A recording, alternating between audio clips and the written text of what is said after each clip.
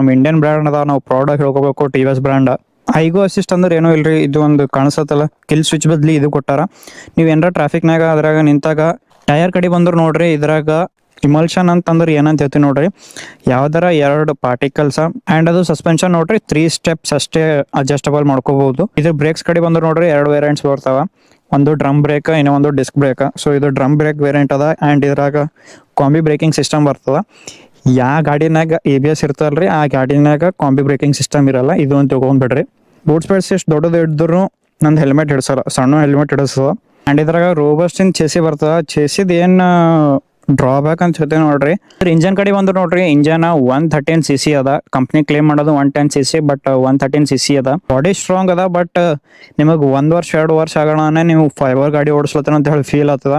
ಗಾಡಿ ಗಡ ಗಡ ಗಡ ಅನ್ನೋದು ನೀವು ಮೇಂಟೈನ್ ಮಾಡಿಲ್ಲ ಅಂದ್ರೆ ಇದೆಲ್ಲ ಪ್ರಾಬ್ಲಮ್ ಬರ್ತದೆ. ಕರೆಕ್ಟಾಗಿ ಸರ್ವಿಸಿಂಗ್ ಅದೆಲ್ಲ ಮಾಡಿದ್ರೆ ಜಾಸ್ತಿ ಏನು ಪ್ರಾಬ್ಲಮ್ ಆಗಲ್ಲ.